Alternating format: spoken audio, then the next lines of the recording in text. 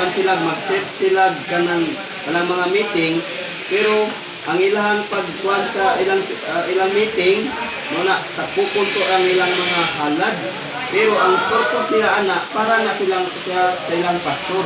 Pero aron magkatigom ta, aron ingon sa dinhi makuha ng mga balaan kanang madasig sila nya masangkapan sila sa pulong. Muna ang atong gikuan kanang purpose ngano dunay panagkatigom. Kay ang panagkatigom importante, makadaig ka sa Dios, nya makamit ka sa mga balaan aron kung ingon sa dinhi bisan dunay mga maluyahon, madasig sila.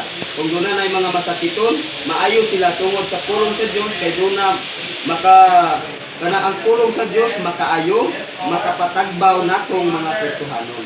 Muna ang iyahang purpose bisan unsa nato kaluya gikan sa atong balay, bisan unsa atong problema, pero naana ganita sa meetings, ma-encourage ta.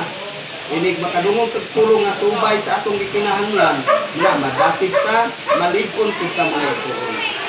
Roman numeral 5. The type of the church meeting to break bread.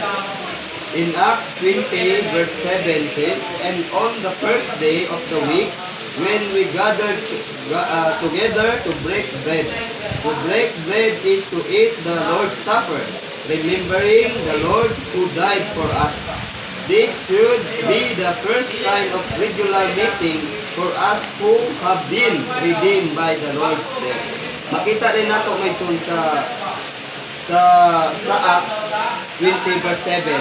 Mao ni ang una sa unang unang simana, ang unang adlaw sa